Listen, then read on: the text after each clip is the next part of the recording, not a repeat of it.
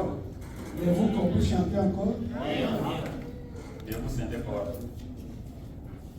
Et vous sentez quoi?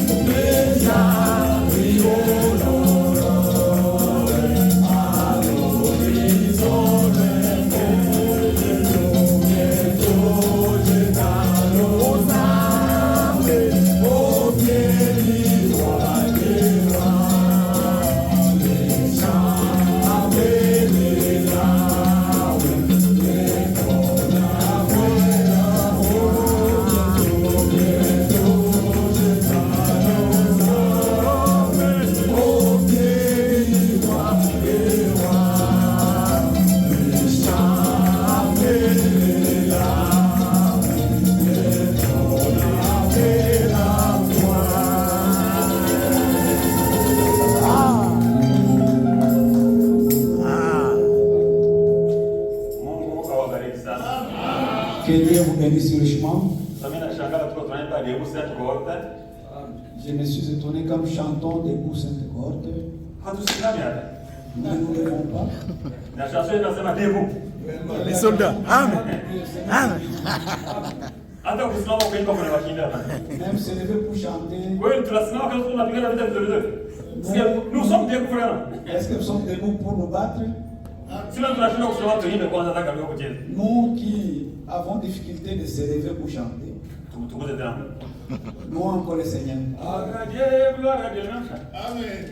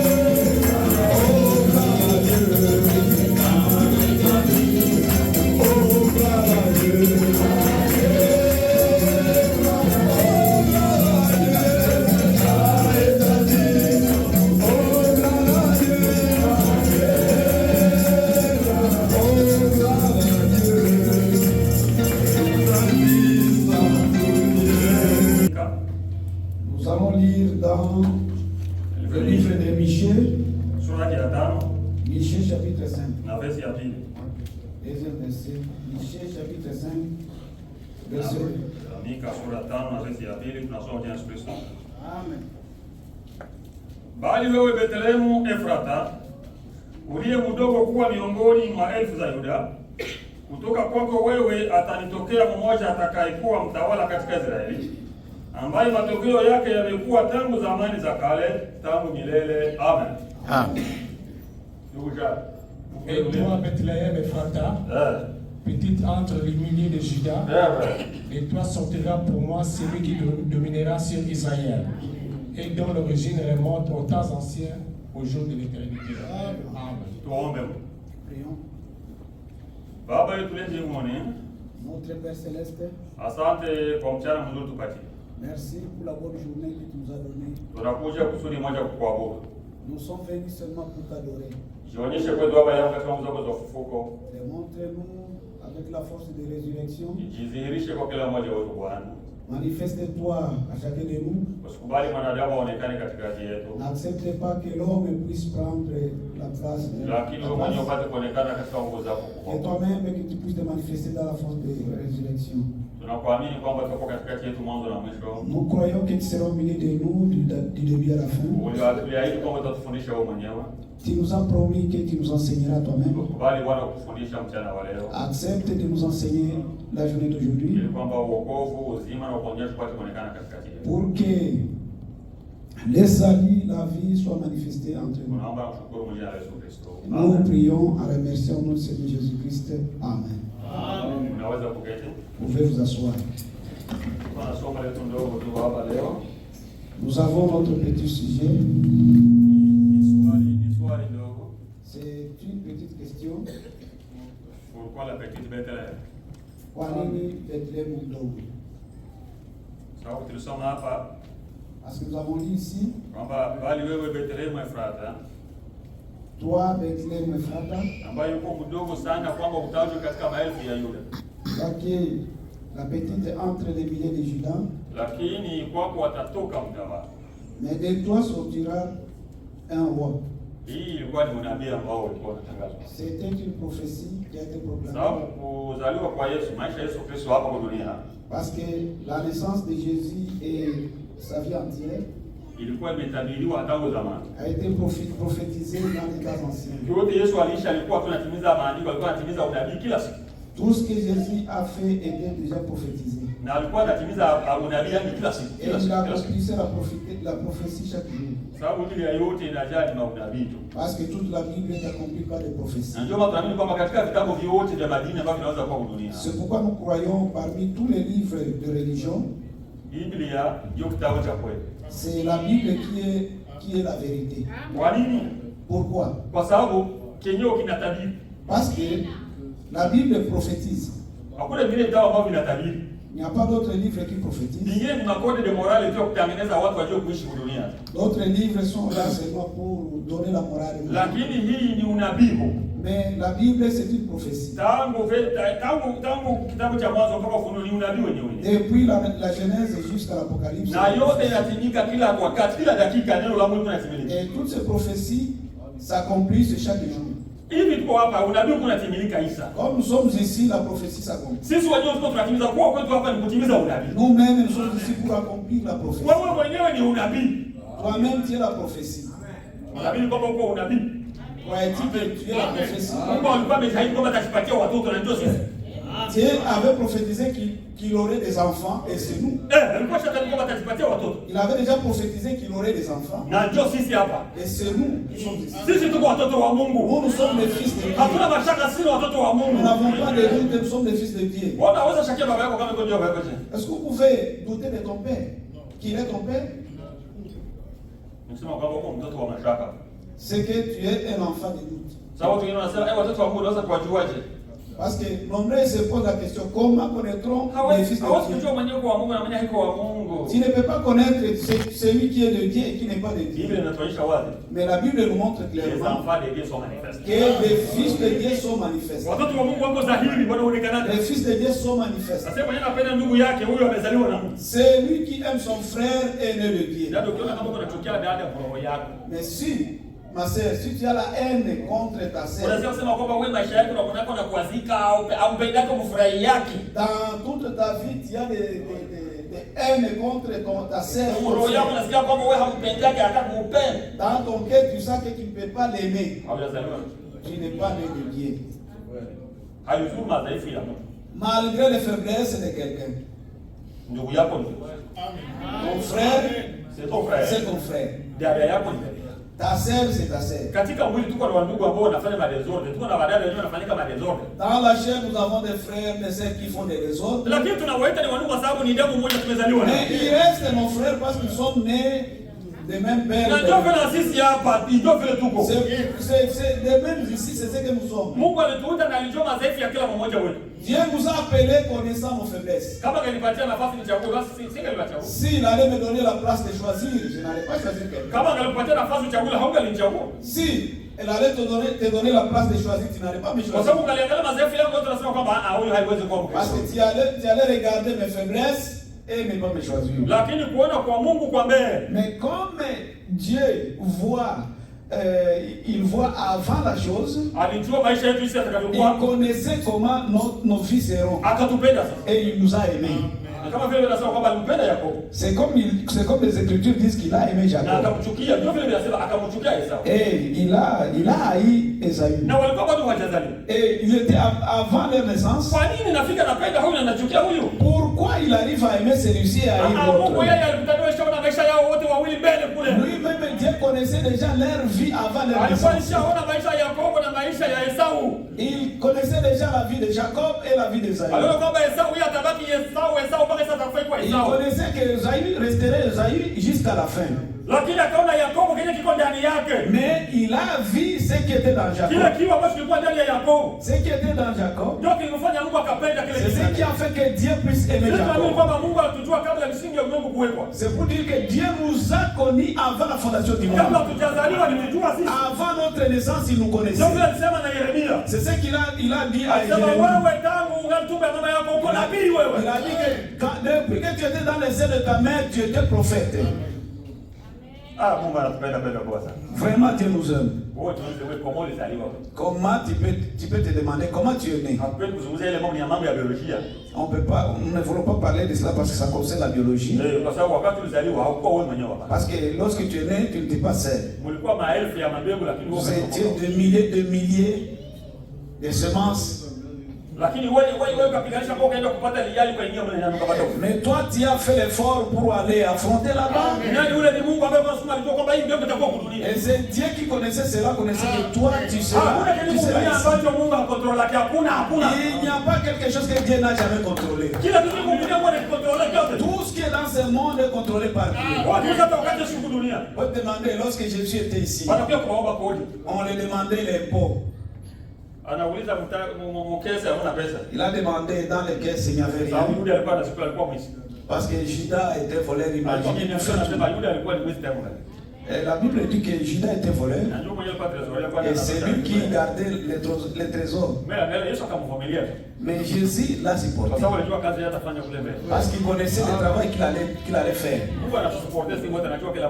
Dieu nous supporte parce qu'il connaît la fin de chacun de nous. Il a supporté même Judas. Nous n'avons pas d'argent. Alors il a regardé à qui je vais demander de l'argent. C'était vraiment un mauvais mois. Tout le monde était en crise. Mais dans les lacs, il y avait un poisson qui avait de l'argent. Alors cet argent allait rester dans les ventres des poissons comment? Pierre, toi tu connais pêcher. Va pêcher, Pierre. Le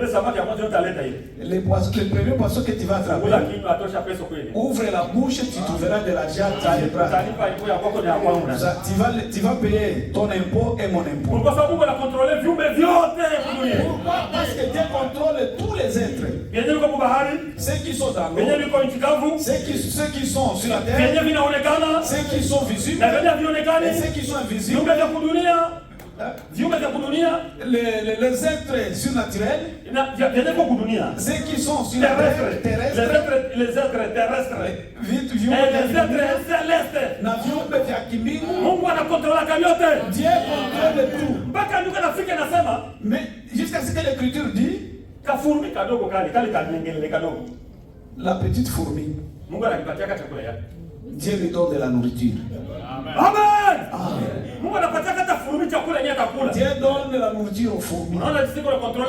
Vois comment il contrôle toutes choses. C'est pourquoi quand nous arrivons à l'Apocalypse 10,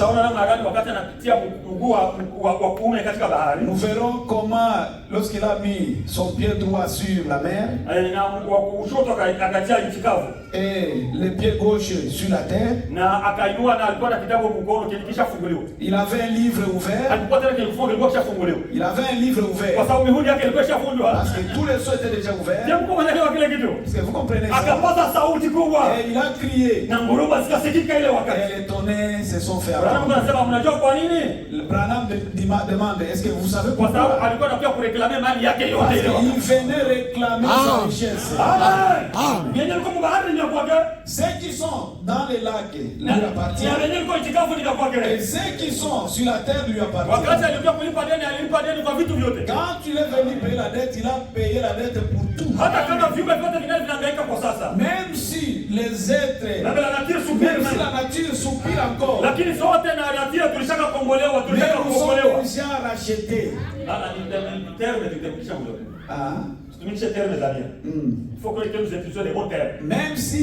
Même si la nature soupire,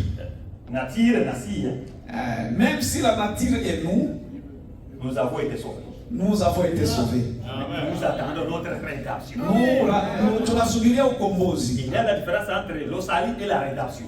Kuna tofauti kati ya ukombozi na wokovu. Nous sommes sauvés. Tumeokolewa. Nos âmes sont sauvées.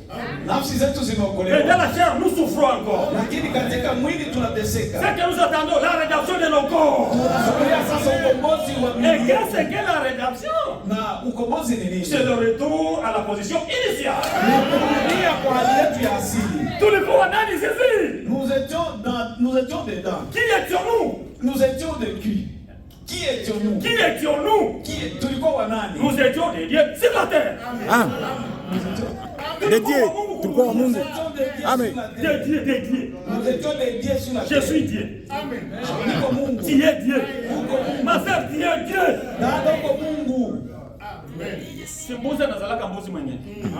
La chèvre met la chèvre. La brebis met la brebis. Et l'homme met l'homme aussi. Enfant de l'homme. Et si maintenant Dieu va engendrer qui? Je ne sais pas si ça se comprend. Vous ne pouvez pas le comprendre. Parce que ce que nous serons, lorsqu'il viendra, nous aurons encore de l'autorité sur la terre. Et c'est ça que nous appelons la rédemption.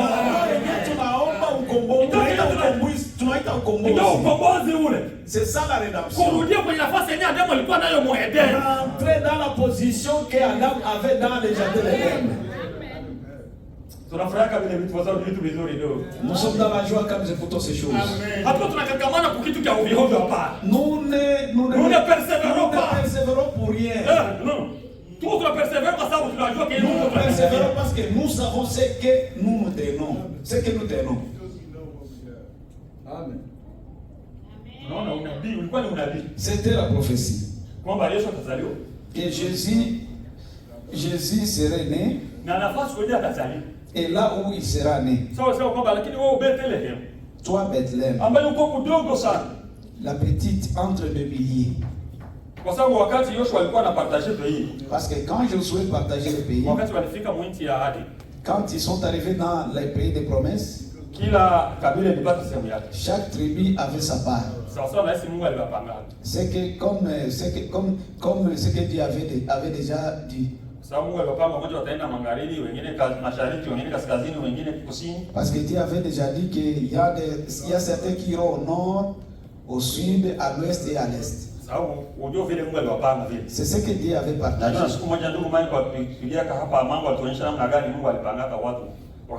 Et je me rappelle aussi que Frère Mike aussi nous avait parlé de cela un jour ici. Comment Dieu avait placé trois tribus. Et de tous côtés, il y avait une tribu qui était chef des autres tribus. C'est pourquoi, quand nous arriverons au chapitre 4 d'Apocalypse, nous verrons comment Dieu protège son trône. Parce que Jean, au chapitre 4, avait vu le trône au ciel. Et le trône était gardé. Et c'est pourquoi, quand Dieu a mis des gens dans les pays, parce que Dieu était dans ces pays-là, et l'arche de l'alliance justifiait la présence de Dieu dans un lieu. Ilikuwa inazirisha uwepo wa Mungu. Et il faudrait qu'il y ait des gens pour protéger cette arche.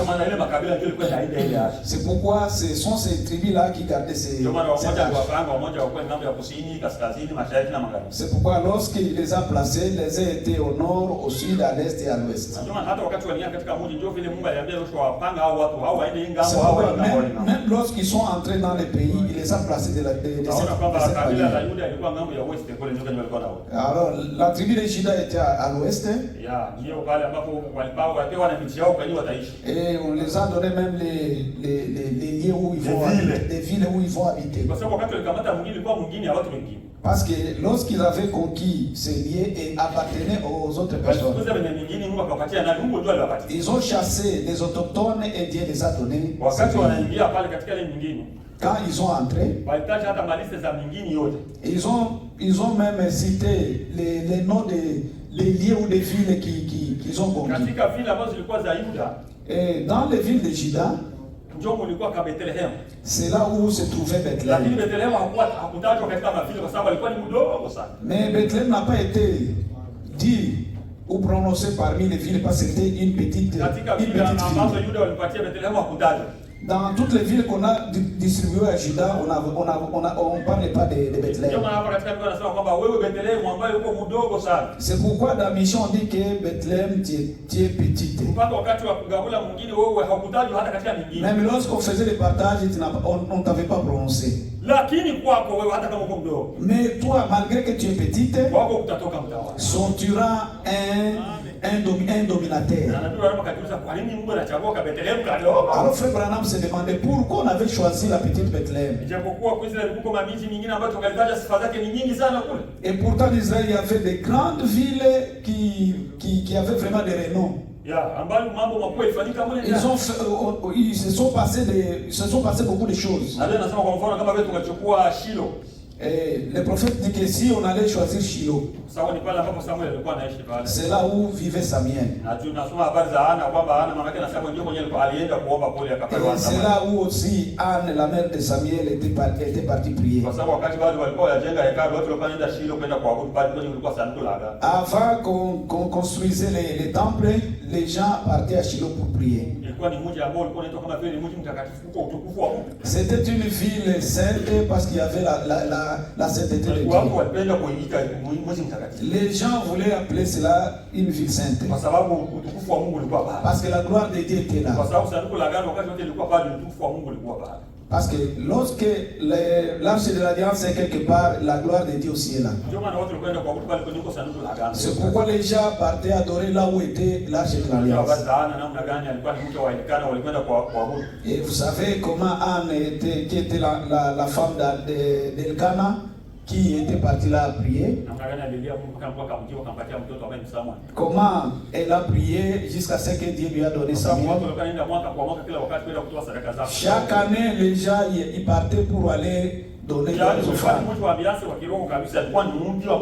C'était une ville vraiment qui était spirituelle. Jusqu'à ce que Jérusalem a pris la place. Lorsque Salomon avait construit les temples, alors les gens commençaient à partir à Jérusalem pour aller adorer. C'est pourquoi lorsque Jésus est venu, il a rencontré qu'il y a une confusion. Les Samaritains allaient adorer sur la montagne. Ils disaient qu'on ne peut pas construire une temple pour Dieu parce que nos vieux, nos aïeux allaient adorer Dieu sur la montagne. Et Dieu les écoutait sur la montagne.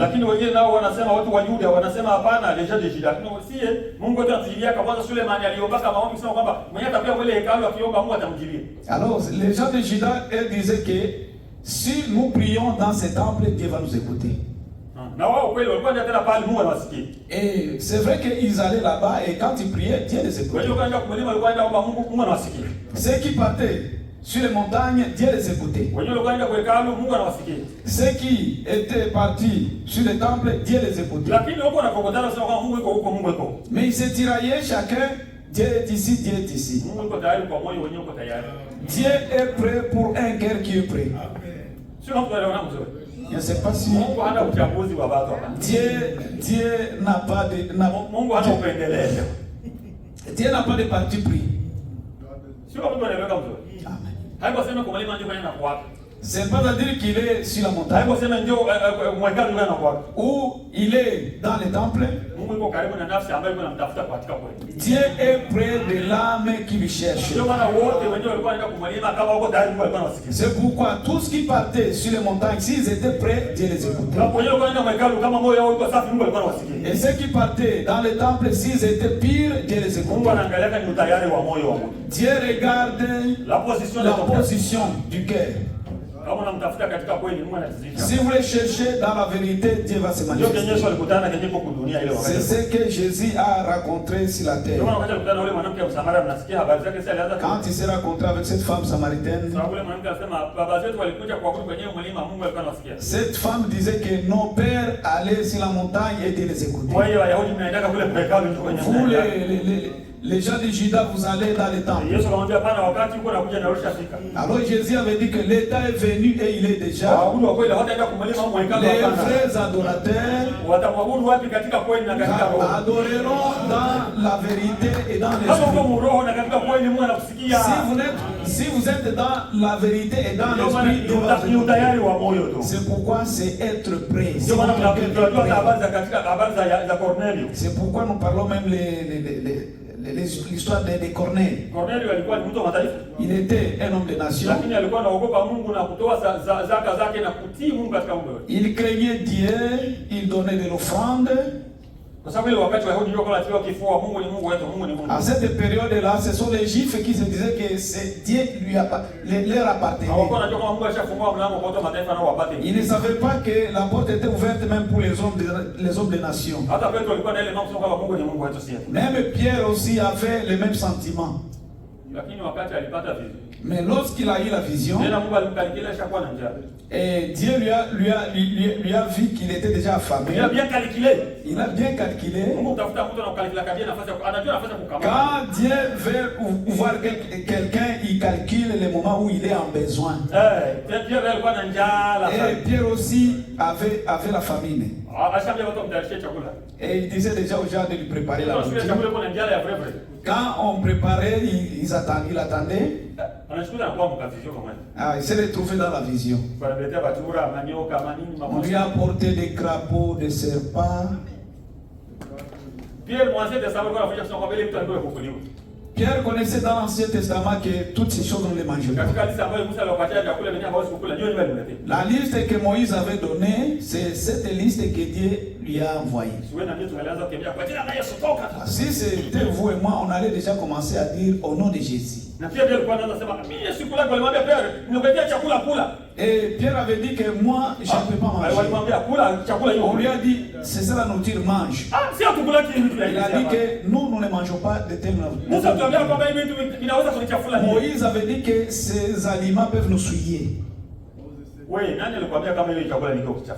Qui t'a dit que ces aliments sont souillés? C'est que moi j'ai déjà sanctifié. Comment tu peux dire que c'est souillé? Amen.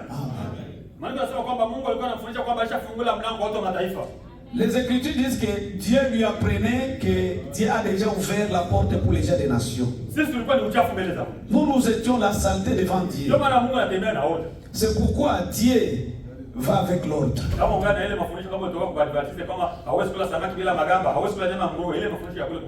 Si vous avez encore l'enseignement des adventistes que tu ne peux pas manger les poissons sans écailles, c'est l'enseignement des adventistes. Mais nous, Dieu nous a déjà permis de manger tout. Si vous voyez quelqu'un qui mange un chien, ne t'étonnez pas, c'est une bonne viande. Toi, tu manges les champs. Pourquoi ne pas les manger? Que c'est sale. Dieu a déjà sanctifié.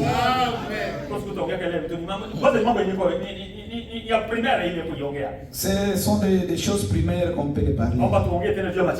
Qu'on parle de la nourriture. Jésus a dit que ce que tu manges entre dans les ventres et tu vas les déposer aussi. Ça ne peut pas te souiller. Ce qui te suit, c'est ce qui sort dans vos mauvaises pensées. Vos mauvais c'est ce qui vous suit, pas la nourriture.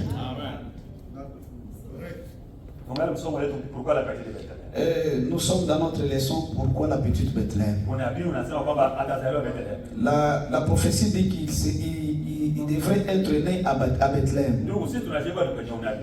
Nous sommes bâtis sur la prophétie. Et nous dit que Jésus vient et nous nous reposons là-bas. Combien qui croient que Jésus vient? Si vous croyez qu'il est déjà venu, on ne peut pas lever votre main. Comment vous allez lever, il est déjà venu? Parce que les autres disent qu'il est déjà venu. Alors je me demande, ils sont partis avec lui ou ils sont restés? Ah non frère, nous avons été enlevés d'une manière comme ça.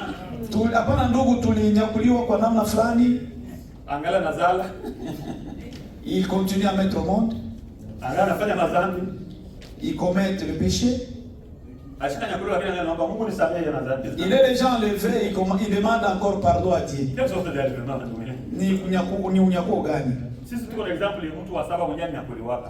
Nous avons l'exemple de 7e personne qui a été enlevée. Et nous croyons que l'enlèvement sera dans le 7e âge. Le premier pour cet homme, alikuwa na ushuhuda mzuri. Les gens l'ont témoigné. Il faut que les gens témoignent. Ils donnent de bons témoignages. Si nous n'avons pas de bons témoignages, oublions. Parce qu'Enoch avait un bon témoignage. Les gens l'ont témoigné qu'il marchait avec Dieu. L'enlèvement, c'est quoi? Ça ne veut pas dire que nous aurons des ailes pour monter, non. Parce que quand on dit que nous allons monter, d'autres pensent que nous aurons des ailes. Nous avons l'exemple de quelqu'un qui a été enlevé. Un matin, il s'est promené et on ne l'a pas vu. Amen. Amen. Il est perdu. Il est disparu. On l'a cherché. Dieu lui a pris. Dieu lui a pris. Et il est parti. Et la Bible dit, on ne l'avait pas vu. Encore. Oui. Amen. Encore. On l'a pas vu encore. On l'a plus vu. On l'a plus vu. Oui. On l'a plus. On l'a plus vu.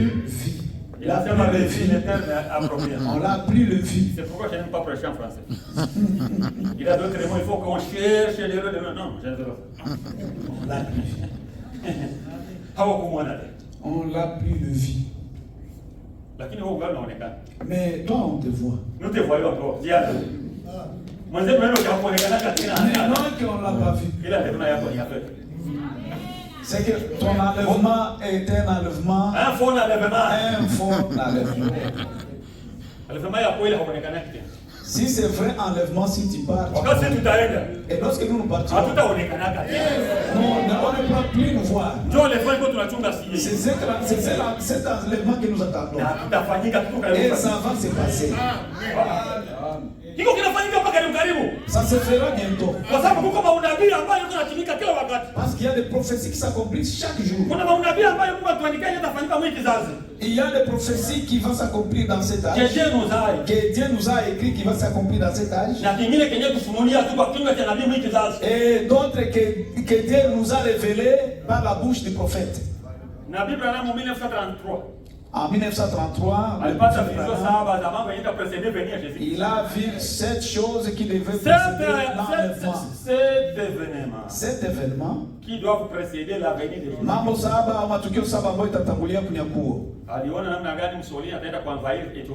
Il a vu comment Mussolini envahirait l'Éthiopie. En 1934, Mussolini est parti. En 1944, Mussolini est parti. Il a été prophétisé en 1933 et en 1944, il est parti. Mussolini est parti. Lisez l'histoire. Mussolini de l'Italie est allé envahir l'Éthiopie en 1944. À cette époque-là, Hitler était vraiment...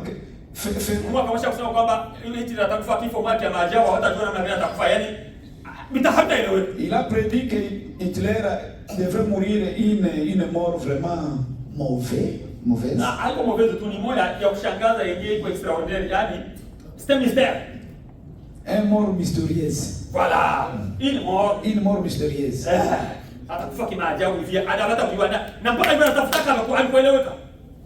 Il est mort, une mort mystérieuse, et jusqu'à présent, c'est et tout cela devrait se faire avant la venue du Seigneur. Il a vu même la technologie avancée. Il a vu des gens qui se promenaient dans les autos sans conducteur. En 1933. Il a vu des autos sous forme d'aisés. Et ceux qui étaient à l'intérieur jouaient ou s'occupaient d'autre chose. Il a vu qu'ils avaient des ordinateurs. iPad. Ils avaient aussi des iPads. Et l'auto se conduisait seul. Ça ne se voit pas aujourd'hui. Dieu lui a dit que cela arriverait avant la venue du Seigneur. Est-ce que vous voyez cela? Et j'ai vu des femmes. J'ai vu des femmes nues. Il a vu que les femmes se couvraient quelque chose comme seulement une feuille. Est-ce que vous ne le voyez pas? C'était en 1933. C'est pourquoi c'est l'état de se réveiller. Notre rédemption est proche. Ce n'est plus le temps de dormir.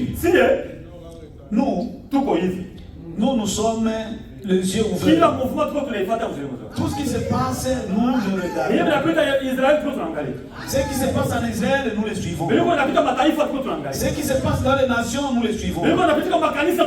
Ce qui se passe dans les églises, nous le suivons. Ce qui se passe dans les messages, nous le suivons.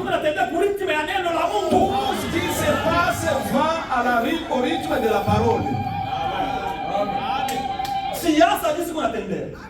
La politique, nous observons. Les guerres, nous observons. Aux États-Unis, nous l'observons bien. Nous savons qu'il y a la prophétie qui a été prophétisée pour ce pays. Le prophète a dit avant la venue du Seigneur, les États-Unis vont faire leur dernière erreur. Un grand péché.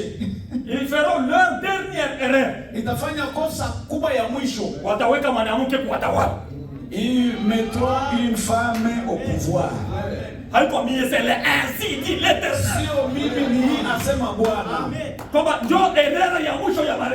C'est l'erreur. C'est ce que le prophète Branham dit. Et là, c'est une femme. C'est ça la dernière erreur. Ils ont fait beaucoup d'erreurs, mais ça c'est la dernière erreur. Est-ce que ça ne se voit pas? Faites attention. Angalisho. Merci quelle erreur. Ni wakati gani? Amen. Merci quelle erreur. Mungu ni wakati gani huu? Waliuliza zamu. Wanademandia la satinelle. Quelle erreur? Waliuliza mlinzi ni saa ngapi? Akasema usiku umeendelea. Il a dit que la nuit avançait. Les jours aussi approchent. Na usiku unakaribia. Amen. Giza inafunika dunia lakini kama mwangaza kama unakuja kule mbele kote. Il y a l'obscurité qui enveloppe le monde, mais il y a une lumière qui apparaît là. Amen. C'est Dieu qui limba. C'est ce que nous avons chanté. Déjà brille l'aurore. Déjà brille l'aurore. Alors tayari mapambazuko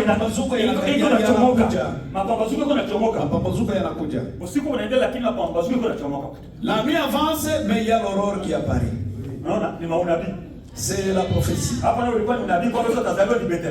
Ici, la prophétie était Jésus devrait être né à Bethléem. S'il y a la prophétie, vraiment nous observons avec attention. Parce que c'est ça Dieu. Dieu, c'est Dieu de sa parole. Dieu accomplit sa parole quand il prononce. C'est ce que nous attendons pour la Californie. Branham a prêché Los Angeles. Branham a prêché sur Los Angeles. Il était à Los Angeles. Lorsqu'il prêchait, et il a tapé les pieds. Et il a dit, toi, Los Angeles, tu vas t'engloutir dans l'océan. Tu vas sombrer. Tu vas sombrer. Pourquoi? Ce qui s'est passé chez toi, si ça allait se passer à Sodome et à Gomorrhe, ces gens seraient sauvés. Amen. Ces gens seraient sauvés. Ce qui s'est passé à Los Angeles, si ça allait se faire à Sodome et à Gomorrhe, ces gens allaient être sauvés. Parce qu'il y a beaucoup de produits qui se sont faits à Los Angeles. Comme c'était à l'époque de Jésus. Il y avait une ville qu'on appelait Capernaum. Elle était construite au bord d'une mer. Jésus a fait aussi beaucoup de miracles. S'il y a des places où Jésus a fait beaucoup de miracles, et il a dit attention. Quand Dieu te fait des prodiges, faites attention. Tu es dans les dangers. Je peux aussi répéter encore. Si Dieu te fait de grandes choses, attention, tu es dans les dangers. Si tu joues, atakupiga kuliko wengine wote. Il va te frapper plus que les autres. Kolele yake itakuwakia mbaya kuliko wengine wote. Sa colère sera plus grande par rapport aux autres. Kwa sababu alifanya mambo makubwa sana. Parce qu'il a fait de grandes choses. C'est ce qui s'est passé à Capernaum. Kuhusu unabii wa Capernaum, à propos de la prophétie de Capernaum, Yesu naye alisema tena katika mwingine wa Capernaum. Jésus aussi a parlé à propos de Capernaum. Alikuwa Capernaum ile. Il était à Capernaum. Akasema Capernaum, Capernaum. Capernaum, Capernaum. Nitaendelea kukuinua mpaka siku gani? Je vais t'élever jusqu'à quand? Mambo yenyewe yanafanyika hapa kwa Capernaum. Ce qui se passe ici à Capernaum. Kama ingalifanyika kwa Sodoma na Gomora. Si allait se faire à Sodome et à Gomorrhe. Sodoma ingaliokombolewa, ingaliokolewa. Sodome serait sauvé. Sasa hawata kuinua siku zote hapana. On ne peut plus t'enlever. Kwa sababu tulikuinua au kukamatika. Nous t'avons enlevé mais tu n'as pas. Sasa unabakia utashuka mpaka mbahari. Alors ce qui reste pour toi est de sombrer dans la mer. Mpaka hivi Capernaum haikuwa kitendo. Jusqu'à maintenant, Capernaum n'est plus. Kulikuwa tremblement de terre mpaka Capernaum ikasombre mpaka mbali. Il y avait un tremblement qui a fait sombrer Capernaum dans la mer. Pour que la prophétie soit. La Bible anasema mwili kizazi. Et le prophète dit dans cette hapa wewe Los Angeles. Toi Los Angeles. Na wewe tulifanyia mambo makubwa lakini haufanyi aussi on a fait de grandes choses ici mais tu ne changes pas. Utaanguka na wewe mai wewe. Tu vas tomber toi aussi, tu vas sombrer. Ça c'est ainsi dit l'Éternel. Ni asema Bwana. Et ça doit s'accomplir. Utatimia. Kama tu asianze kunasema kwamba kwa kasiri yenyewe shakafanyika. Les gens de science disent qu'il y a une fissure là à Los Angeles. Ah, unasema tena ndio fissure Mungu. Sababu kama ndio unasema fissure. Il y a fissure. Kulikuwa ukishakuwa sawa vile pasuko moja. Il y a déjà une fissure. Wakati wote inaweza kuanguka. N'importe quand ça peut sombrer. C'est cette ville Los Angeles qui la cité des anges. La cité des anges. Parce que Los Angeles signifie cité des anges. Los Angeles signifie cité des anges. L'ange, l'os, c'est ange. L'os c'est lié, frère. L'os c'est lié, ange, ange. Hein? Angeles, ange. Angelo. Eh, ange. Hein? Los Angeles. Los Angeles. La cité des anges. Los c'est lié, Angelos, ange. Ça veut dire lié des anges. Des anges. Même Capernaum, c'est ce que signifie lié des anges. Capernaum aussi a la même signification. Quand tu cherches la signification de Capernaum, tu trouveras que Capernaum aussi. C'est pourquoi là aussi s'est passé beaucoup de miracles. Mais nous voyons l'Hollywood, ces plantes là à Los Angeles. Ceux qui marchent nus sont là. Dieu ne peut pas accepter. Il faut que cette prophétie soit là. Los Angeles va sombrer dans l'eau. Nous n'acceptons pas, nous n'attendons pas que ça puisse s'accomplir. Pour se préparer. Nous sommes prêts. Parce que c'est que les prophéties s'accomplissent. Même dans une minute avant l'enlèvement, ça peut s'accomplir même avant une minute de l'enlèvement.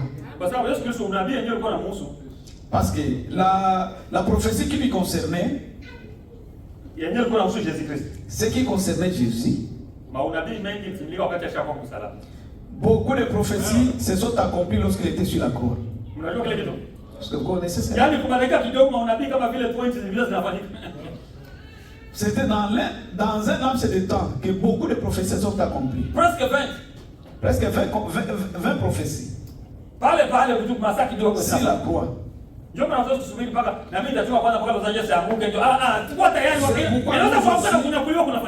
aussi ne pouvons pas attendre que Los Angeles puisse sombrer. Nous devons être prêts. Alors on prophétise à propos de Bethléem. Chez toi il y aura un dominateur. Pourquoi la petite Bethléem? Et pourtant il y avait d'autres places qui étaient vraiment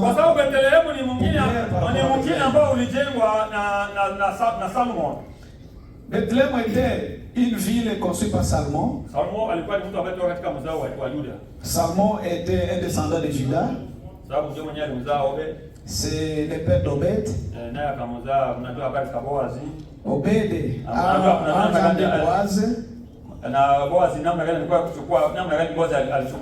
Et Boaz, comment il a épousé Ruth? Il y a de bonnes choses ici. Salmon, il a marié Rahab. Vous connaissez l'histoire de Rahab?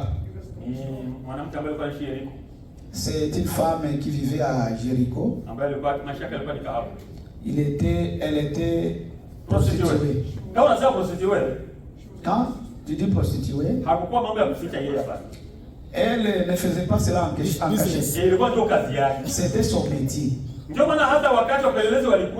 Même lorsque les espions entraient, ils sont allés chez elle. Elle connaissait que moi, je trouve les clients. Alors, les clients leur dit que nous avons une autre mission. Quelle mission qui nous a fait arriver ici? Nous allons te dire la vérité. Nous sommes venus, nous avons cherché des places à l'hôtel. Nous avons cru qu'on peut nous découvrir. Nous sommes des espions. Nous sommes venus ici chez toi. Garde-nous dans un peu de temps parce que nous faisons l'espionnage. Nous sommes venus de l'autre côté de Jourdain. Nous avons traversé pour venir espionner les milliers.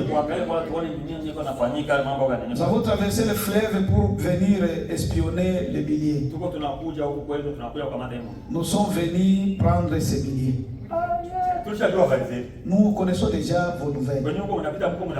Tout ce que vous, partout où vous passez, vous ravagez. Votre Dieu est fort. Ici, nous ne dormons plus à cause de vous. Votre Dieu est terrible. Et ils ont fait leur travail. Alors les gens étaient informés que chez Rahab il y avait des étrangers. Parce qu'ils étaient en mission. Ils ne sont pas venus rester chez Rahab.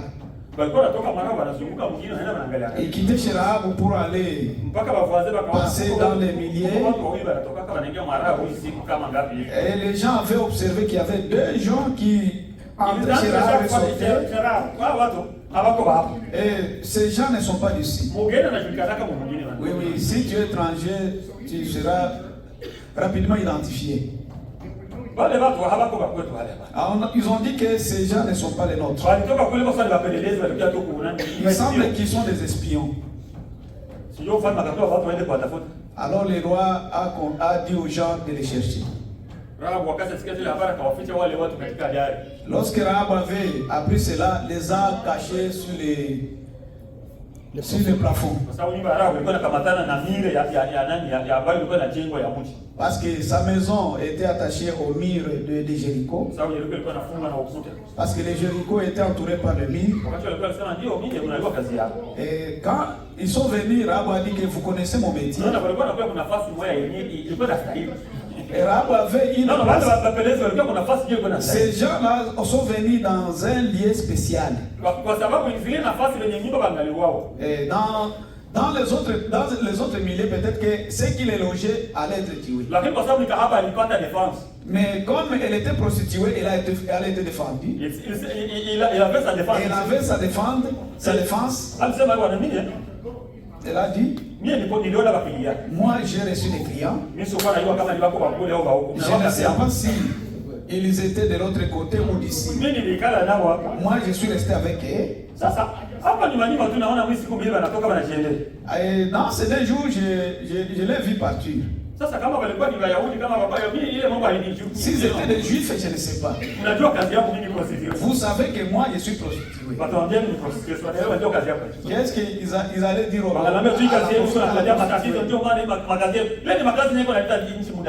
Seulement il disait que ton métier ou ta profession nous dérange beaucoup. Nous met en danger.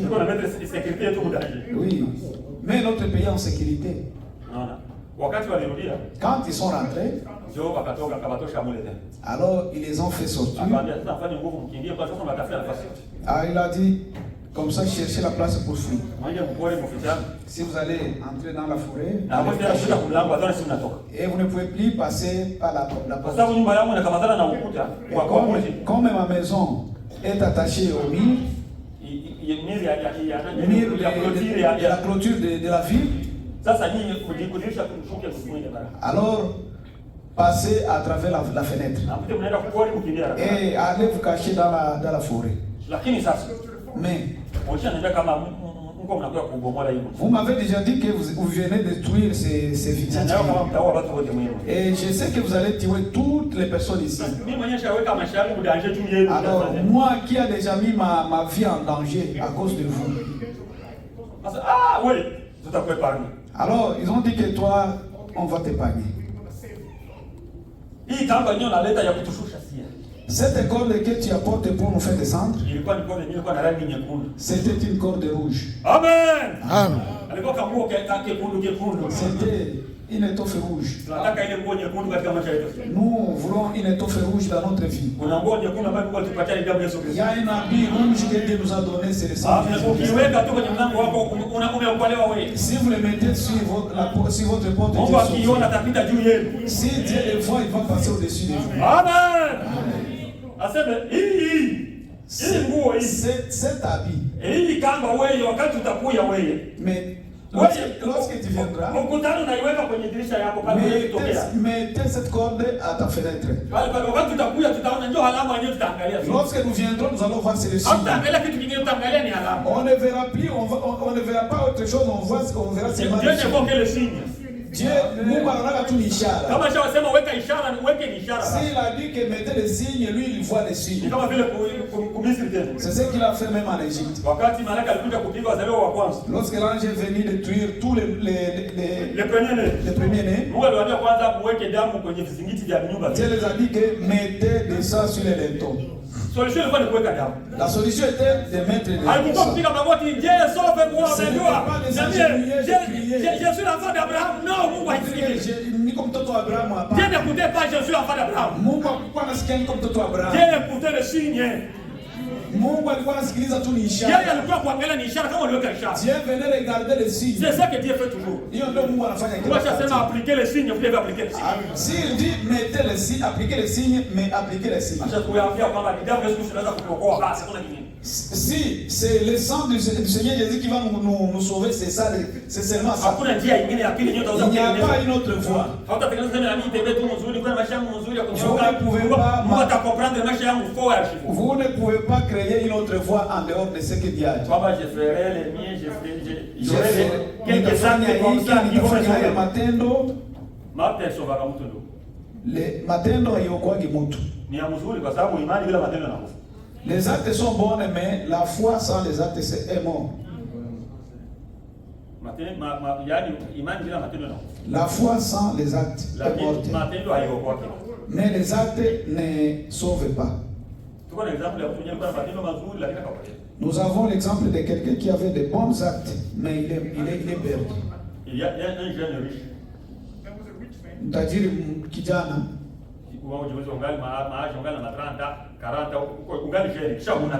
Imaginez-vous, vous êtes dans 30 ans et vous êtes déjà riche. Vous êtes déjà milliardaire dans 40 ans. Mais malgré la richesse, tous les 10 commandements, tu les gardes. Oui.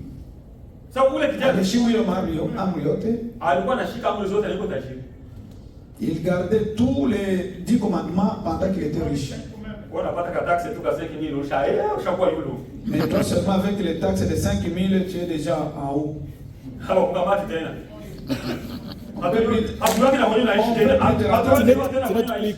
Même ton adresse. Amen. Nous ne connaissons même là où tu es. Mes frères, mais l'autre était riche. Jeune riche. Et puis il est venu chez Jésus. Il avait tout. Mais quelque chose qui les dérangeait. La vie éternelle. Maisha ya milele. Amen. Amen. Ndani yake kwa sio kwamba je pas la vie éternelle. Ndani yake sikia kwamba sitakuwa na uzima milele. Nitaupataje? Je l'aurai comment? Kuko mwalimu yuko na question siku jana muulize ile swali. Il y a un enseignant qui enseigne cela, je vais aller demander. À l'intersection Masanganzia. Dans la section. À l'intersection. Ndio kwenye tunataka na Yesu. Kumasanganjia. Mnataka mgeza cross? Cross road. Cross road. Sio cross road. Intersection. Ndio kwenye intersection. Ndio kwenye kumbana. Wakati wanakutana pale kwa intersection. Quand ils se sont rencontrés à l'intersection, la face nzuri tunakutana na il a dit que nous retrouvons à une bonne place. Nasikia kama tumehubiri hata juu ya intersection. Je me sens qu'on allait prêcher sur l'intersection. Sawa, ni alama ya msalaba. Parce que c'est le signe de la croix. Amen. Wakati mnakutana na Mungu. Lorsque vous rencontrez avec Dieu, ni kwa intersection ndio mnakutana naye. C'est dans l'intersection. Anatoka kule huko na kumbana. Il quitte là-bas, vous croisez là-bas. Wanakutana pale. Quand ils se sont croisés, bon maître. Il a dit, mwalimu mzuri. Qui t'a dit que je suis bon? Nani alikwambia kama niko mwema? Huyu kama mwema ni Mungu tu. Les bons seulement ce Dieu. Watu wanasema Yesu alikataka kwamba hayuko mwema wapi? Les gens disent que Jésus a refusé. Wakati Yesu alikataka kwamba yeye hayuko. Quand il a décidé qu'il a posé seulement la question. Il a posé, aliuliza swali. Pourquoi tu m'appelles bon? Na mwema ni Mungu. Et bon, c'est un seul seul. En d'autres termes, maneno mengine, qui t'a dit? Nani alikwambia? Qui t'a révélé? Nani alikufunulia? Que je suis le bon maître. Kama mimi ni mwalimu mzuri, mwalimu mwema? Amen. Amen. Ulitosha ufunuo wapi kunijua mie? Tu as pris cette révélation. Où est-ce que tu as trouvé cette révélation? De me connaître. Que je suis le bon maître. Kama mimi ni mwalimu mwema ni wapi? Sasa sema mwalimu mwema nifanye nini? Il a dit le bon maître, que ferais-je? Pourquoi m'appelles-tu le bon maître? Kwa nini unaniita mwalimu mwema? Na wanafundishaka ke mwalimu mwema ni mmoja.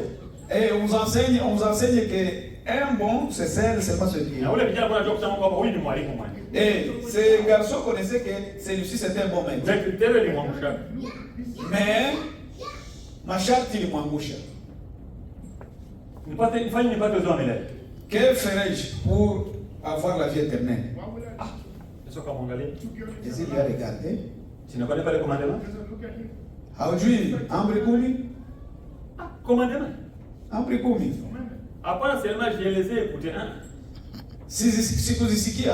Je les ai pratiqués. Ninaziishi. Amen. Depuis mon mtoto. Depuis que je suis enfant. Tangu Sunday school. Depuis que j'ai fréquenté l'école de wakati wanienseigné zile amri. On m'enseignait ces commandements. Nikapita na zilinda nikazishika. Et je l'ai pratiqué. Yaani hakukuwa na zini. Il ne faisait pas la fornication. Hakukuwa na iba. Il ne volait pas. Hakukuwa na tamani mke wa mtu.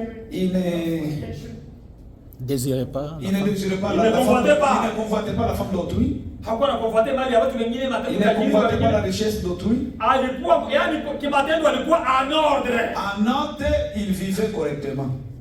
Jusqu'à ce que Marc yeye anapita anasema tena mzuri. Dans Marc il dit Jésus l'aima. Yesu alimpenda. Amen. Ah. Wakati Yesu alimwangalia mpaka akampenda. Lorsque Jésus lui a regardé l'aimant. Mtu anasema mbele Yesu anasema kwamba si afanyaka kile kitu mpaka hivi. Quelqu'un qui devant Jésus dit que j'ai gardé les commandements. Nililinda hizo amri. Kama ngasimamisha leo mimi na wewe tunashindwa kusema ile tena. Si il allait nous mettre debout. Si nous devons venir devant Jésus aujourd'hui. Si kama tungesimama mbele zake leo. Nous ne pouvons pas ouvrir même nos bouches nous. Tungefunga vinywa vyetu. Lakini yeye alifungua kitu akasema j'ai gardé ce commandement. Lakini yeye alisema akasema nimelinda hizo. Jusqu'à ce que Jésus wakati alimwangalia akampenda. Lorsque Jésus lui a regardé les mains. Akusema Bwana unasema kwa Bwana. Jésus n'a pas dit que tu mens. Alisema okay, tu fais bien. Il dit que ulifanya vizuri. Mais une chose t'aime. Amen. Lakini kuna kitu Amen. Pourquoi tu as complété pour que ça soit pas ta vie éternelle? Tu dois compléter pour avoir la vie éternelle. Il matendo yako hauna vie naona hiyo kama hauna vie. Avec les actes, tu n'as pas la vie. Et toi-même, tu sais que tu n'as pas la vie. C'est pourquoi tu es venu demander comment. Que dois-tu faire? Maintenant, j'ai quelque chose à te dire. Va. Nenda. Et va. uza tout ce que tu as, mali yako yote, et puis viens me suivre. kisha urudie, Kuja unifuate. kisha unifuate. Exercice ya Mungu. Quel exercice? Ni kazi gani? Yenye niko nayo. Mali zenye niko nazo. Banki yangu yote ni kamade ndo. Kamate benki yangu yote nianze kugawa kwa watu. Kwa duru. Kampani yangu ni pani.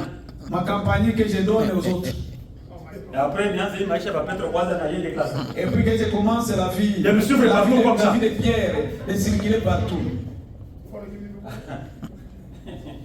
Akasema wana exercice na kwa ya Mungu. Dike hii kazi ni Mungu. Il y a pas de miss. Je ne peux pas. Critère pour suivre Jésus comme fille.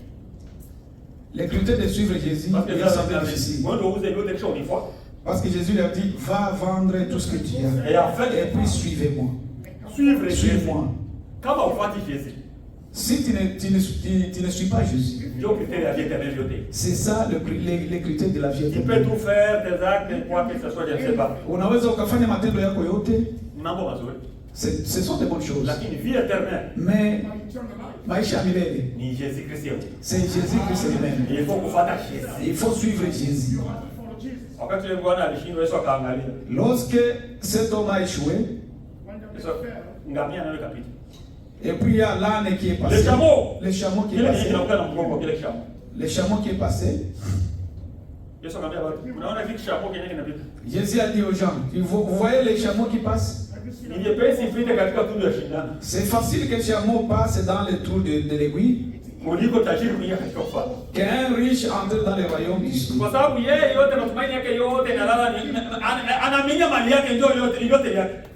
Parce que toute son espérance était dans sa richesse. Parce que là où se trouve ton trésor, c'est là où se trouve ton âme.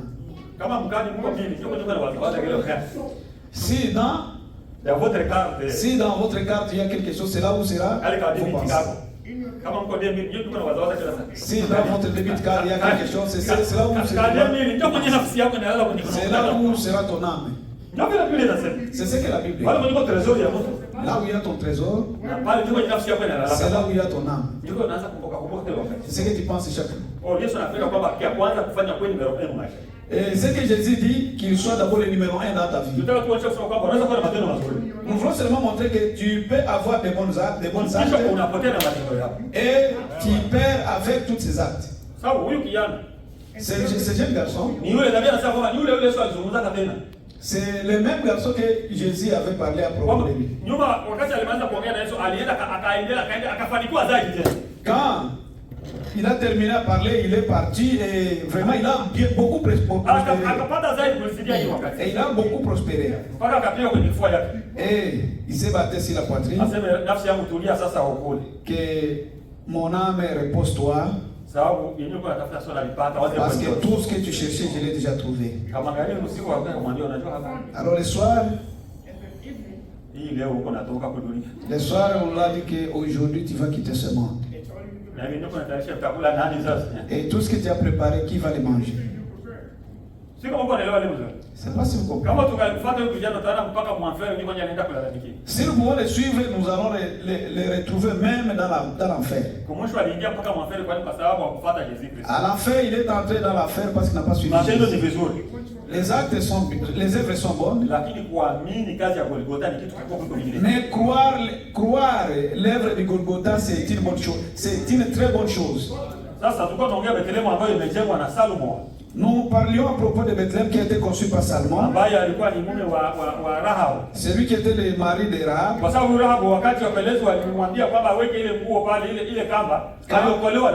Quand les espions avaient dit à Rahab de mettre ses cordons rouges, elle était sauvée avec sa maison.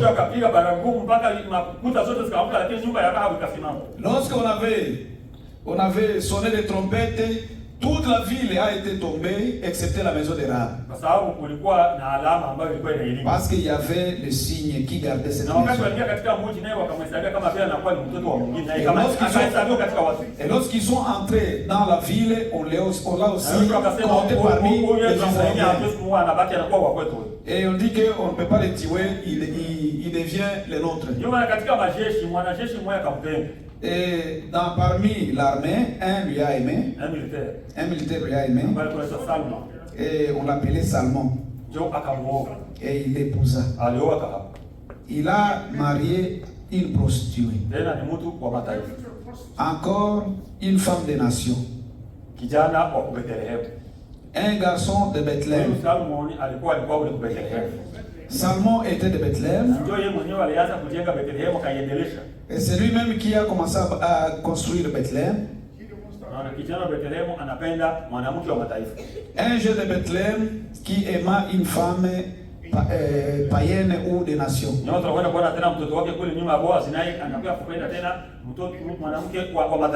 C'est pourquoi nous voyons aussi Boaz qui a encore aimé une femme des nations. Elle a marié Ruth qui était une femme des nations. Et il prêchait, il prophétisait de la bonne semence de Judas qui viendrait. De David, de la postérité de David. Et qui devra encore venir sur la femme des nations. Nous sommes des femmes, nous sommes des nations. Mais c'est nous qui sommes l'épouse de Jésus-Christ. C'est pourquoi la vie de Boaz et de Ruth nous typifie. La vie de Salmon et de Rahab nous typifiait nous. Sachant que Jésus allait avoir une femme, une épouse parmi les femmes des nations. Et nous croyons que l'épouse de Jésus-Christ viendra des nations, des hommes des nations. Et c'est pour cela que Jésus s'est acquis son épouse.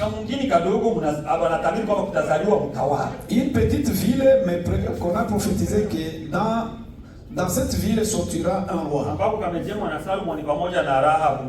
Qui a été conçu par Salmon avec Rahab, sa femme. J'allais parler autre chose si on allait parler de mariage.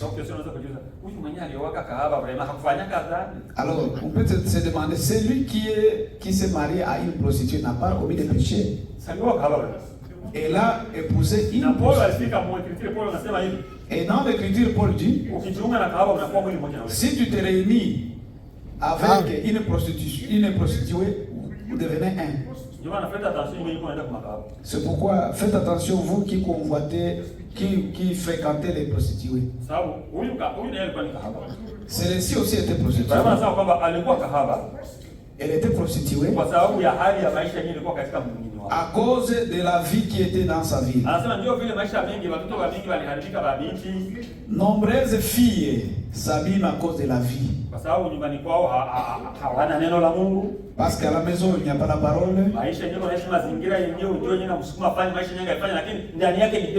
L'environnement le pousse à devenir tel qu'elle est, mais dans elle, il y a la semence de Dieu. Frère, vous nous demandez, avant de se marier, il faut se marier à une vierge. Ndo mapenzi makamilifu ya Mungu. Je ne sais pas si je me fais comprendre. Nous choisissons les termes. La volonté parfaite de Dieu est de se marier à une vierge. Il faut entrer dans le mariage avec la virginité. Amen. Amen. Je ne sais pas si ça se fait. Alors si je suis déjà j'ai déjà perdu ma virginité, je peux encore être marié. Kuna nafasi ya kuolewa. La possibilité est là. Lakini unakuwa sasa ni unakuwa sasa ni mitumba. Nguo ya mtumba. Kombo. Haiko kila mtu, ce n'est pas n'importe qui peut t'accepter. Il y a des gens qui n'acceptent pas de s'habiller les habits que les autres ont déjà. Et nous les encourageons de continuer avec cette attitude. Mais il y a des autres qui disent que même si ça a été déjà habillé par quelqu'un, moi je vais les porter. Inabidi sasa uaminifu. Il faut dire la vérité. Je ne vais pas entrer là parce que c'est un grand sujet. Et Branham a dit que le mariage c'est un problème ancien. C'est un problème qui a commencé en Éden. Dans la loi de Moïse, tu ne pourrais pas être marié. Tu allais être lapidé. Si tu perds la virginité, on te lapide. On te fait mourir. Et ton père sera le premier de prendre la pierre et te lapider. Mais à cause de la grâce de Golgotha, nous ne prenons plus les pierres pour lapider quelqu'un. C'est pas ça se fait comprendre. Alors c'est très difficile de se marier. Parce que tu as déjà brisé les critères. Si tu brises les critères de se marier, tu es là seulement pour être choisi par quelqu'un qui veut porter les habits d'occasion. Il ne faut pas te considérer comme spécial. C'est dur pour les sœurs, mais c'est comme ça que devons les prêcher. Nous craignons même de les prêcher parce que ça blesse nombreux qui ont gâché leur vie. Parce que nous croyons qu'avant de recevoir ce message, on vivait de la manière dont mais quand tu reçois maintenant le message, tu dois vivre. Vivez tel que le message te demande et demande que Dieu puisse vous pardonner. Et si tu cherches un mari, demande à Dieu de te donner un homme qui va te supporter. Parce que selon la loi de Moïse, si tu prends une femme qui a déjà perdu sa virginité, vous pouvez vivre avec elle même 100 ans. Vous avez 15 enfants avec elle. Si tu te souviens qu'elle était déjà déviergée et elle ne se comporte pas comme il faut dans ta maison, tu as droit de les répudier. Ce n'est pas moi, c'est la Bible qui le dit. Et tu seras considéré que tu n'as jamais marié. Tu ne sais jamais marié. Et tu es permis d'aller épouser une autre femme et tu vas vivre avec elle.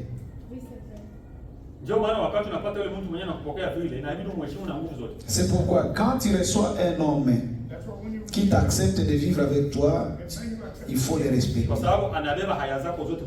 Parce qu'il porte tout ton opprobre.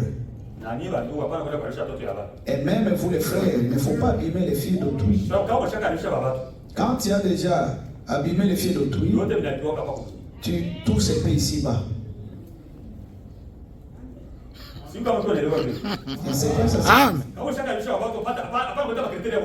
Si tu as déjà abîmé les filles d'autrui, il ne faut pas apporter des critères. Quand tu joues avec les filles d'autrui et tu viens dire que tu dois te marier à une vierge.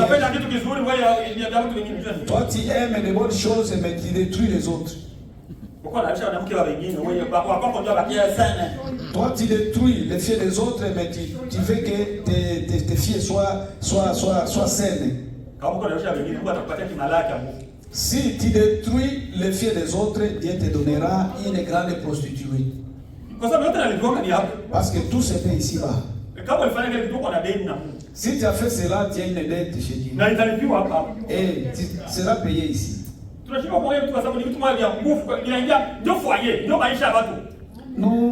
Nous avons des difficultés de parler, c'est parce que c'est ça la vie.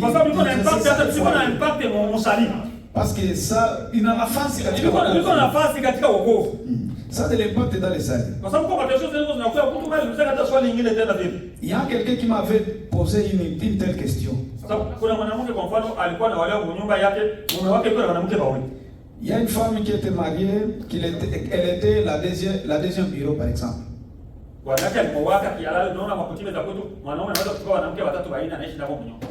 Dans notre coutume, quelqu'un peut avoir 3 femmes, mais qui sont légales. Parce que le mariage aussi, c'est les coutumes.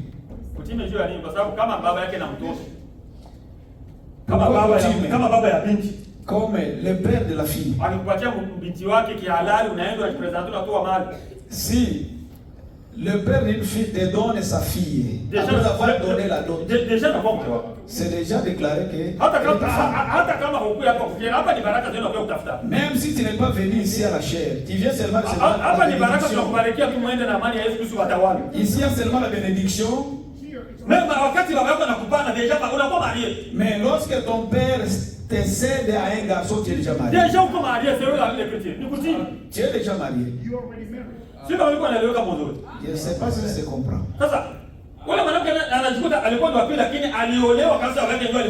Cette femme s'est retrouvée dans la deuxième bureau, mais qui a été donnée par son père. Et elle a été dotée, c'est vraiment sa femme. Quand elle vient, elle arrive dans le message, elle croit. Il est baptisé. Alors les gens se demandent, on baptise même la deuxième bureau. Et elle a pris l'homme d'autrui. Nani alikwambia hivyo? Mubibia nani ulisoma hivyo? Là où elle a ravi le mari de quelqu'un. Moi je n'ai pas encore lu dans la Bible quelqu'un qui a été ravi son mari. C'est la femme de cet homme. Parce qu'elle a écouté l'évangile et nous l'avons baptisé. Le reste c'est dans les deux. Il n'y a pas qui est de Mungu. Je ne sais pas si ça se comprend. Je ne sais pas si ça se comprend. Tu ne peux pas venir ici étant croyant et refuser de te baptiser. Parce que tu es dans la deuxième bureau, te dire que quitte là-bas, non. Nous n'avons pas l'écriture de te chasser dans cette maison. Hatubiri ndoa za wanawake wengi. Mais faites attention avec la parole. Mwe waangalifu na neno la Mungu.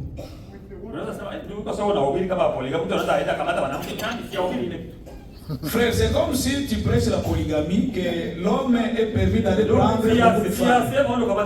Je n'ai pas dit d'aller prendre d'autres femmes. Si c'est arrivé pendant que tu étais dans le monde, il n'y a pas de problème. Le message de la contrat avec 3 femmes. Si on nous n'avons pas l'écriture de te dire choisissez parmi ces 3. Nous avons l'écriture que tu puisses vivre avec ces 3 femmes. Et comment est-ce que tu vas te comporter, mais tu ne peux pas être notre pasteur. Tu ne peux pas être notre diacre. Parce que tu as vraiment une surcharge. Parce que Paul a dit, nous qui sommes mariés, vivez comme si vous n'avez pas encore marié. Comme si vous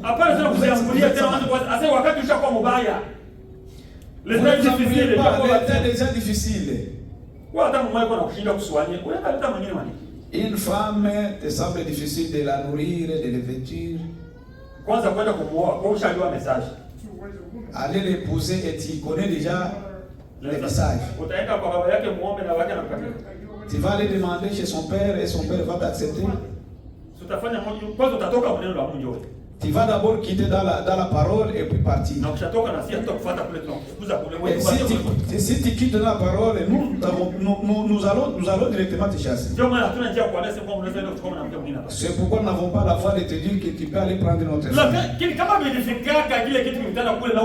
Mais si cela s'est arrivé pendant que tu étais là-bas, on n'a pas d'autre choix. Tu vas rester avec ta femme. Si c'est ta femme.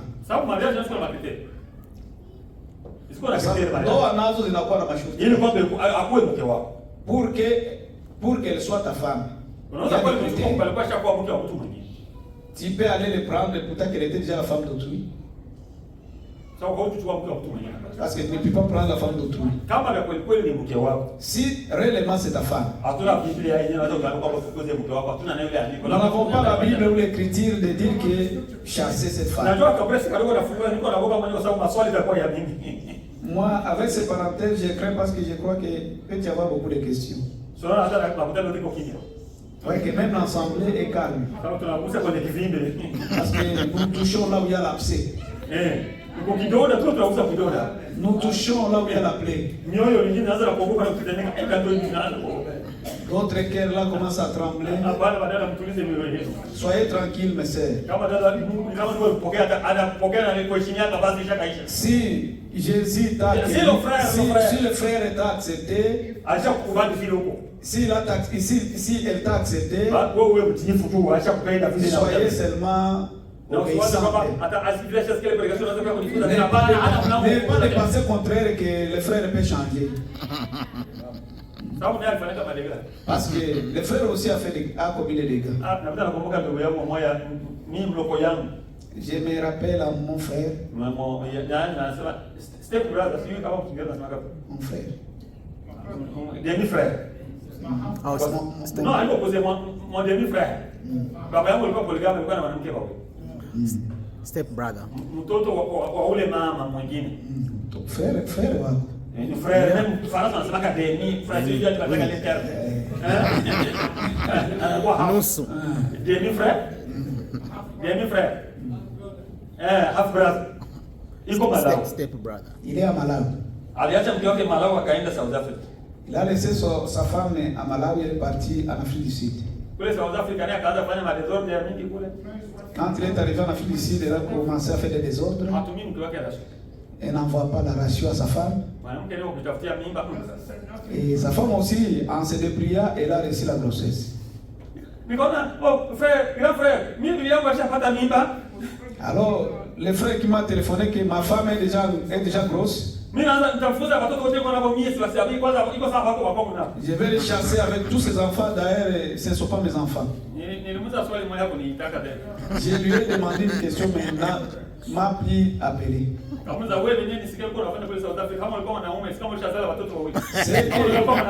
Ce que j'ai entendu, ce que tu fais là-bas, si tu étais une femme, tu avais même 2 ou 3 enfants. C'est ce que tu dis, contraire-toi de ce que tu fais. Il ne faut pas enlever quelque chose dans l'air de quelqu'un sans toutefois. On te paie ce que tu fais de l'autre côté. Viens prendre ta femme parce que c'est la vie que tu mènes. Et il est rentré et a pris sa femme. Comme ils sont païennes, ils continuent avec leur vie sale. Nous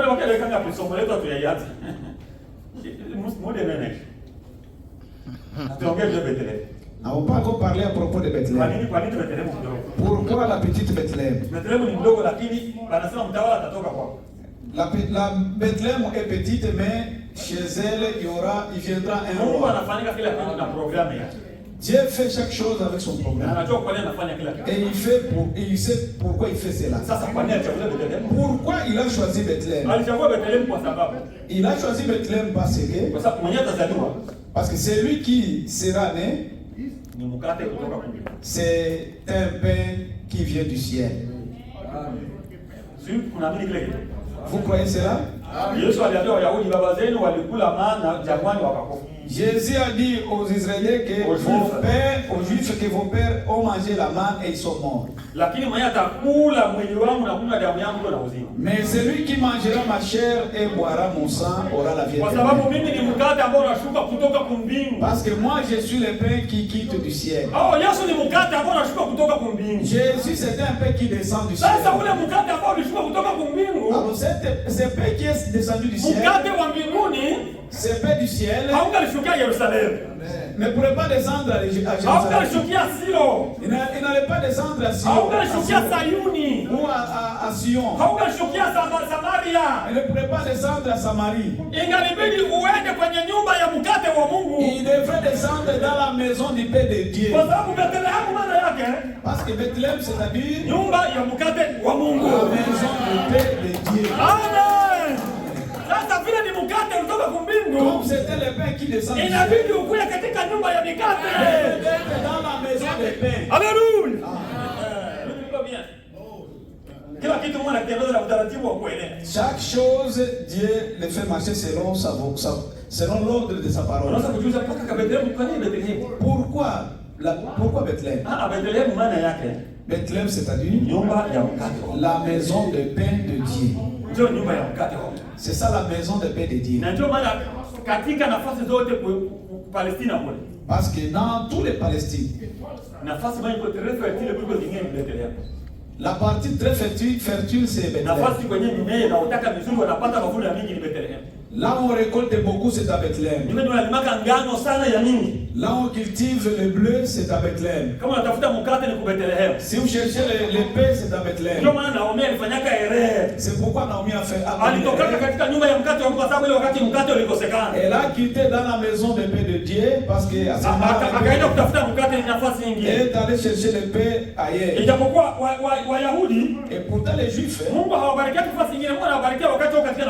ne les bénit pas ailleurs, il est béni dans leur propre patrie. Mais avec les petits problèmes, Naomi a fui.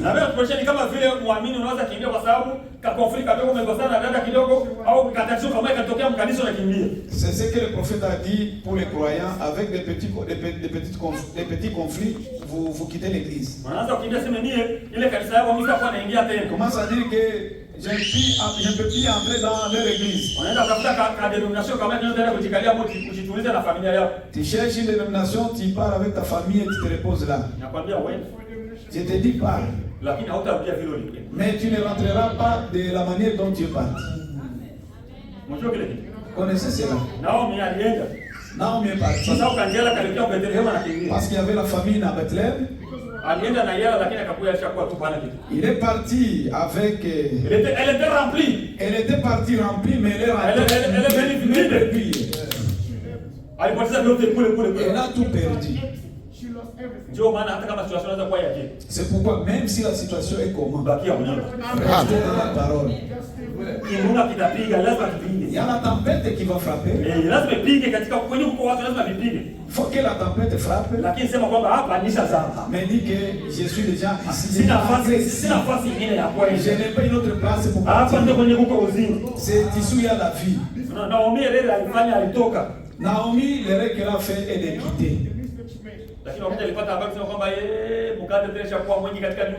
lorsqu'elle a appris qu'il y a des pains pleins dans la maison de Dieu, elle est rentrée rapidement. Et aujourd'hui, les pains remplis dans la maison de Dieu. La parole de Dieu est ici. C'est le temps de manger ses pains.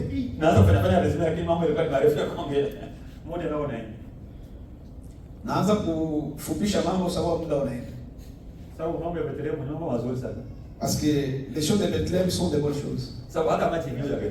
Même de l'eau de Bethléem.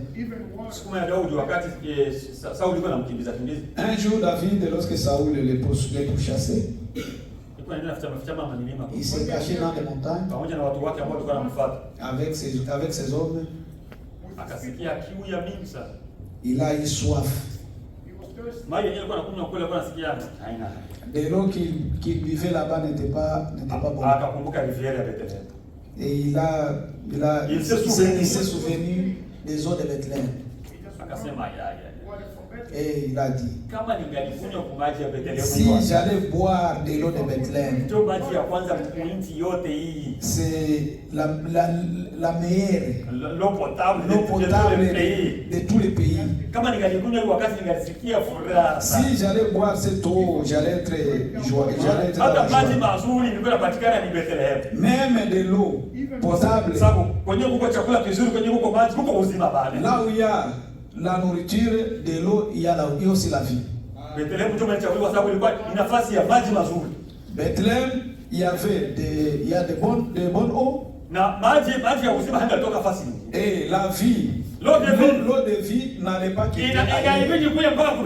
Ça allait seulement quitter à Bethléem. Quand David avait eu soif, il a parlé à ses hommes. Ces hommes n'ont pas demandé comment prendre ses armes et partir. Ils se sont battus jusqu'à satisfaire la soif de David. Et c'est ce que le prophète dit, que ce sont des vrais croyants. Ce que Jésus fait chez nous, c'est un commandement. Nous devons nous efforcer pour accomplir cela. Jusqu'à ceux qui sont arrivés épuisés des eaux. Lorsqu'ils sont venus avec ces eaux, vous avez déjà combattu à cause de moi. Si je bois ces eaux,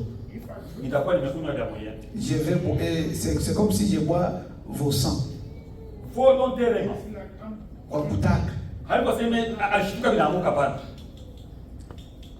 Ce n'est pas si il par la volonté, il a pris ses eaux et les versé. Alimwaga volontairement, kwa utashi wake. Il prophétisait à propos de quelque chose. Arrêtons. Si nous allons là-bas, nous allons connaître, il prophétisait. Qu'est-ce qu'il prophétisait? On lui a apporté des eaux, mais il a versé encore ses eaux. Il prophétisait qu'ici il y a une source. Amen. Il y a une source de vie qui va tomber ici.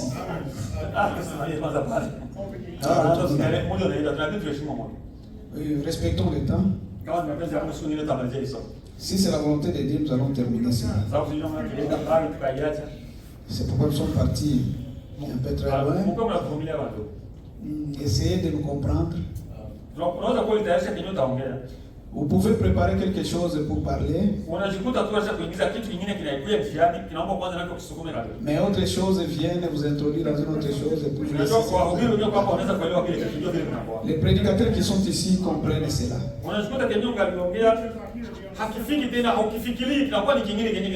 Vous voyez ce que vous aviez préparé pour donner, mais vous n'accomplissez pas.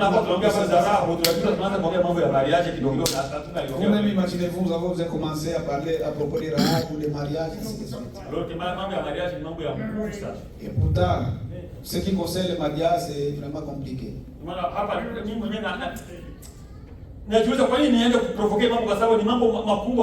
Je me demande pourquoi j'ai provoqué cela. Parce que ça, c'est un enseignement. Il faut connaître le mariage, c'est quoi. Qui doit s'engager dans le mariage. Sababu ndoa ni lazima heshimiwe na watu wote. Ndoa, le mariage. Ni mariage. Le mariage doit être honoré de tous. Ndoa ni lazima heshimiwe na watu. Mungu anavyoyakajua mariage sana. Dieu veut sur le mariage. Sababu yeye ndiye aliyetabli. C'est lui qui a établi le mariage. Yeye ndiye akamata mwanamke na mwanaume akamwambia mtakuwa mtu mmoja. C'est lui qui a uni l'homme et la femme. Kwa sababu yeye ndiye aliweka na bidii kesho kwenye kile. Parce que c'est comme c'est lui qui a commencé cela, il doit finir cela.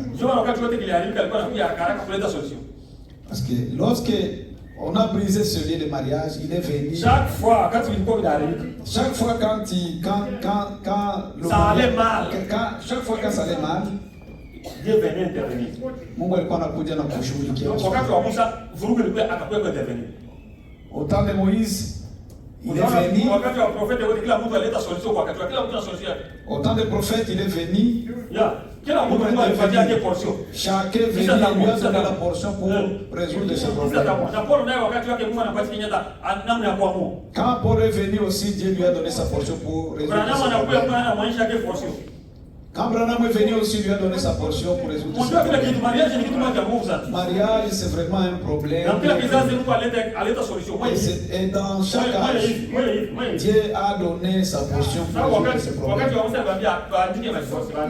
Au temps de Moïse avait dit, écrivez la lettre de divorce. Jusqu'à présent, les musulmans appliquent cela. Imaginez-vous ta femme que tu donnes 3 divorces. À une seule femme et 3 divorces. Mwanamke moja talaka 3. Kama litosha kwa tusioni. Uzo direct cela où? Mungu abariki sana. Ah. On a tiré dans le Coran, frère. On a tiré dans le Coran. Ils ont tiré dans le Coran. Mungu abariki ndio. Ya, ils ont tiré dans le Coran. Ça veut dire la Bible dit, à ton nafasi, mwanamke mwandikie 3. Écrire 3 lettres de divorce à une femme. Une seule femme, 3 fois. Mwanamke mmoja mara 3. Si la divorce aujourd'hui, après 3 ans, si la divorce encore, miaka 3 namtaliki tena. Quelle sorte de divorce est bon? Sasa ni talaka gani? Sababu kama ni talaka mnaachana. Si c'est le divorce alors vous séparez. C'est la séparation. Vous séparez. Mais si Dieu kama vous séparez, on a dit qu'il y a une séparation. Il y a compliqué. Vous séparez encore, vous écrivez. La fille quand il y a des ans de moi qui va mon place. Mais dans cet âge, Dieu nous a éclairés. Mariage et divorce. Et frère a prêché sur le mariage et le divorce. A prêché polygamie, non? Il n'a pas prêché la polygamie. Branham il a prêché sur la polygamie. Branham n'a pas prêché la polygamie. Branham n'a pas prêché sur la polygamie. Il a prêché le mariage et le divorce. Il a prêché sur le mariage et le divorce. Ça quoi bien nasomaka. Unaona polygamie frère. Nabii alisema kwamba mwambie watoto wenu wasirepete tena kile kitu. Sur la polygamie, frère Branham avait dit, il faut dire à vos enfants de ne plus faire ces choses-là. Donc Branham anasema kwa watu wengine wanaanza kupressure vile. Watu wengine wanaanza kuhubiri eti tu polygamie. Branham alisema msiku watoto mwambie watoto wasio naongeza. Wanaendelea na hiyo mambo. Branham akusema watoto wenu wasio wanamke wa mingi. Branham anasema tu. Branham n'a pas dit que vos jeunes garçons ne puissent pas épouser beaucoup de femmes. Kenya alisema watoto wenu wasirepete. Ce qu'a dit de ne pas répéter. Allez prendre les femmes déjà divorcées. Il ne faut pas ordonner à vos jeunes garçons d'aller prendre les femmes divorcées. C'est ce qu'il a dit. Il y a un jour, nous parlerons de cela. Branham n'a pas prêché sur la polygamie. Il a prêché mariage et divorce. Il a prêché sur le mariage et le divorce. Et s'il a dit, il a apporté cela parce qu'il y avait une question qui était apportée par l'ensemble. Vous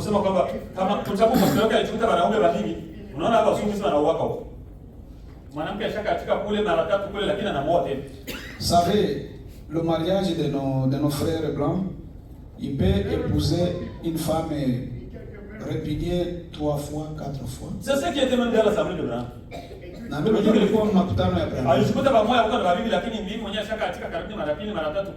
Il s'est retrouvé dans l'ensemble, il y a des frères qui avaient des femmes et répudiées 3 fois.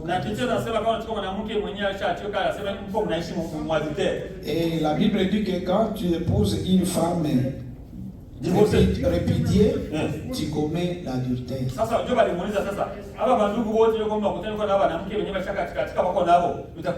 Alors la question était posée. Ces frères qui vivent avec des femmes répudiées,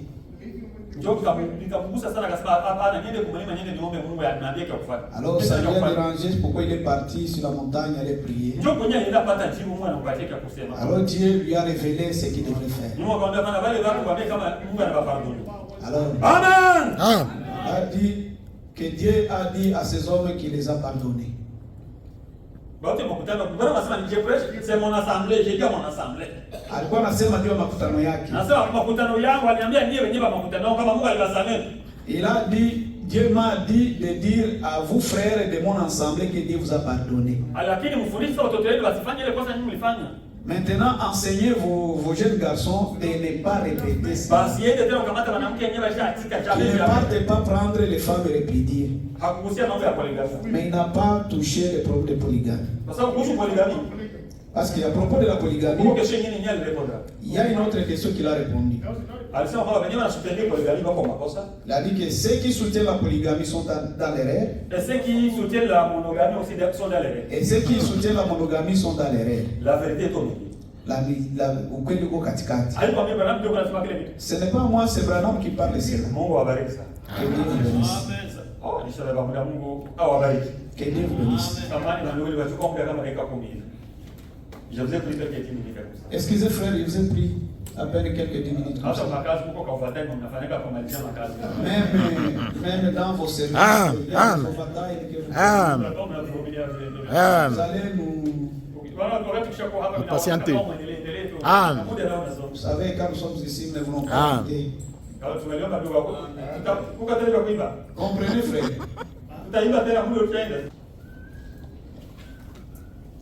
Mungu atubariki. Neno la Mungu lilikuwa tamu kabisa. Mpaka makutano ilikuwa kimya. Kila mtu alikuwa anapokea fungo lake. Mungu atubariki. Kuna salamu ambazo zimetumwa hapa.